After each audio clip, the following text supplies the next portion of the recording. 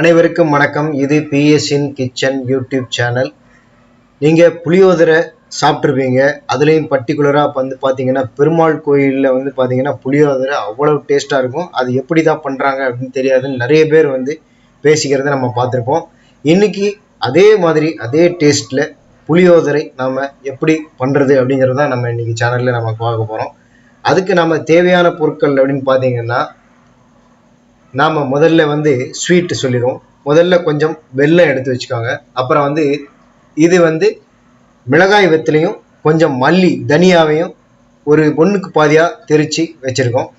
ஒரு இதில் வந்து வேர்க்கடலை ஒரு கைப்பிடி வேர்க்கடலை எடுத்துக்கோங்க.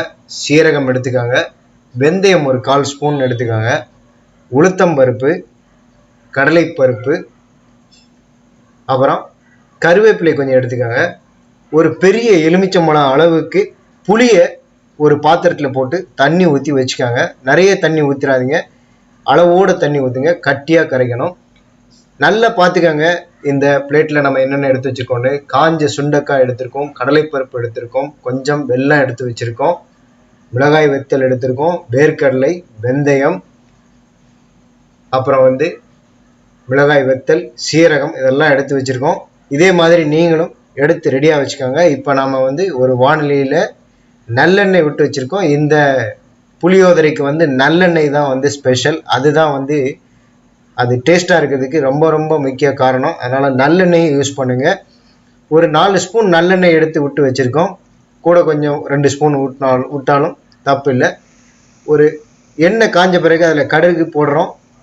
கருவேப்பிலை போட்டு அப்படியே அந்த கருவேப்பிலை நல்ல சிவந்த பிறகு அதில் நாம் ஏற்கனவே எடுத்து வச்சிருக்கக்கூடிய இந்த உளுத்தம்பருப்பு, கடலைப்பருப்பு, இந்த தானியங்களை அப்படியே அதில் போட்டு நல்ல அதை வந்து பொன்னிறமாக வர வரைக்கும் நாம் வந்து அதை நல்லா வதக்கணும். அடுப்பை கொஞ்சம் மீடியமாக வச்சுட்டு நாம் இதை வந்து நம்ம லேசாக அப்படியே வறுத்து கொடுக்க போகிறோம். இதை அப்படியே லேசாக வறுத்துக்கோங்க. நல்ல பொன்னிறமாக ஆகிற வரைக்கும் வறுத்து எடுத்துக்கோங்க. இதை வறுத்துக்கோங்க.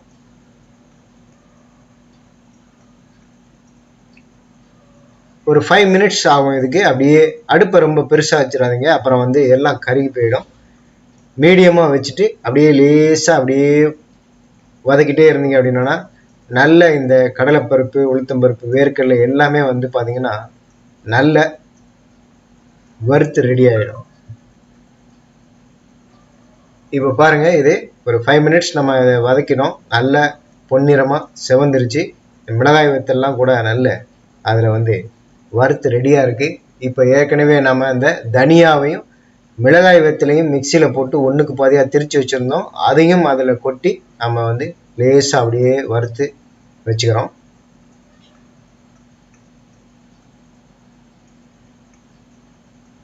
இதுதான் வந்து பார்த்தீங்கன்னா புளியோதரை செய்யக்கூடிய ஒரு செய்முறை.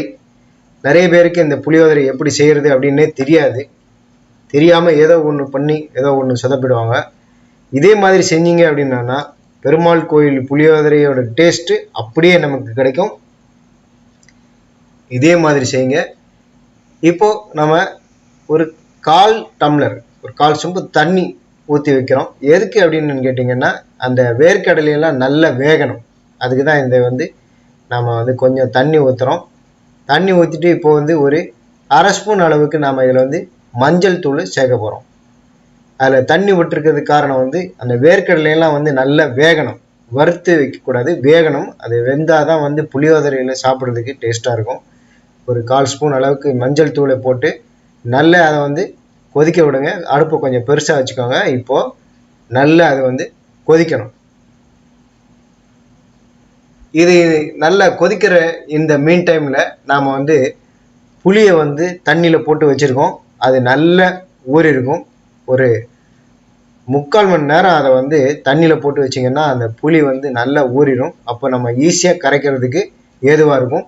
இப்போ அந்த புளியை நல்லா கரைச்சி நம்ம எடுத்து வச்சுருக்கோம். இந்த புளியை வந்து இந்த தண்ணியை அப்படியே அதில் விட்டு நல்லா கொதிக்க வைக்கணும். அதுதான் ரொம்ப முக்கியம். இந்த புளி தண்ணி வந்து பார்த்தீங்கன்னா அப்படியே வற்றணும். அதில் இப்போ கொஞ்சம் பெருங்காயத்தூளை நம்ம ஆட் பண்ணுறோம். கொஞ்சம் கூடுதலாகவே பெருங்காயத்தூளை போட்டுக்கலாம். நல்ல வாசனையாகவும் டேஸ்ட்டாகவும் இருக்கும். இப்போ இதை வந்து நம்ம வந்து ஒரு 20-25 மினிட்ஸ் வரைக்கும் இதை வந்து அடுப்பை கொஞ்சம் பெருசாக வச்சுட்டு நல்லா கொதிக்க வைக்கணும். அந்த தண்ணியெல்லாம் வற்றி அது வந்து இந்த புளியோதரைக்குள்ள இது வந்து நல்ல கொழு கொழுன்னு வரணும். இப்போ அந்த கொஞ்சம் வெல்லத்தையும் நம்ம அதில் வந்து போடுறோம். இதில் எதுக்கு வெல்லம் போடுறோம் அப்படின்னா, ரொம்ப காரமாக இருக்குங்கிறதுக்கு மட்டும் இல்லாமல் இந்த வெல்லம் கொஞ்சம் சேர்க்கறதுனால காரத்தையும் எடுத்துரும், அதே நேரத்தில் சாப்பிட்றதுக்கும் கொஞ்சம் டேஸ்ட்டாக இருக்கும். இதை வச்சுட்டு நீங்கள் ஒரு 10-15 நிமிஷம் இப்போ நம்ம வந்து அதை நல்ல கொதிக்க வைக்கணும். தண்ணியெல்லாம் வற்றிட்டு நல்ல அந்த புளியோதரை பேஸ்ட் வந்து பார்த்தீங்கன்னா கொழு கொழுன்னு ஆகிடும். அப்போ தான் வந்து சாத்தில் போட்டு பிசைஞ்சு இது பண்ணுறதுக்கு நல்லாயிருக்கும். இந்த புளியோதரை பண்ணுறதுக்கு ரொம்ப இன்னொரு முக்கியமான விஷயம், சாதம் வந்து நல்ல உதிராக இருக்கணும். உதிராக சாத்தை தண்ணி கொஞ்சம் கம்மியாக வச்சு நல்ல சாத்தை உதிராக வடிச்சிட்டு அதை ஒரு பாத்திரத்தில் போட்டு நல்லா ஆற வச்சுடுங்க. சூடாக இருக்கும்போதே இந்த புளியோதரை இதை போட்டு மிக்ஸை போட்டு அதில் வந்து பிசைஞ்சிங்க அப்படின்னா தயிர் சாதம் மாதிரி ஆகிடும் கடைசியில். அப்படி இல்லாமல் சாத்தை நல்ல தண்ணி கம்மியாக வச்சு உதிராக சாத்தை வடித்து ஒரு பாத்திரத்தில் நல்லா ஆற வச்சுட்டு அதுக்கப்புறம் இந்த புளியோதரை மிக்ஸ் இது ரெடி ஆகிடுச்சு. இதை வந்து அந்த சாத்துக்கு மேலே அப்படியே விட்டு தேவையான அளவு விட்டு எவ்வளோ தேவையோ அவ்வளவு உப்பையும் போட்டு நல்லா பிசைஞ்சு சாப்பிட்டீங்க அப்படின்னா, இதுக்கு அப்பளமும் தொட்டுக்கிறதுக்கு இருந்தது அப்படின்னா ரொம்பவே டேஸ்ட்டாக இருக்கும். இதே மாதிரி நீங்கள் செய்தீங்கன்னா கண்டிப்பாக பெருமாள் கோயில் புளியோதரையோட டேஸ்ட்டு அப்படியே உங்களுக்கு வரும். இதே போல் நீங்களும் செய்து பார்த்துட்டு நம்ம வீடியோக்கு கீழே உங்களுடைய கருத்துக்களை பதிவு பண்ணுங்கள். இதே மாதிரி செய்து தான் நானும் சாப்பிட்டேன். செம்ம டேஸ்ட்டாக இருந்தது. பெருமாள் கோயில் புளியோதரை மாதிரியே இருந்தது. அதனால் உங்களுக்கும் இந்த வீடியோவை தரேன். இதே மாதிரி செய்து பார்த்துட்டு நீங்களும் நம்ம வீடியோ கீழே கருத்துக்களை பதிவு பண்ணுங்கள். வீடியோ பிடிச்சிருந்ததுன்னா லைக் பண்ணுங்கள். மறக்காமல் நம்ம சேனலுக்கு சப்ஸ்கிரைப் பண்ணுங்கள். எல்லாருக்கும் ஷேர் பண்ணுங்கள். நன்றி. அடுத்த ஒரு வீடியோவில் சந்திக்கிறேன்.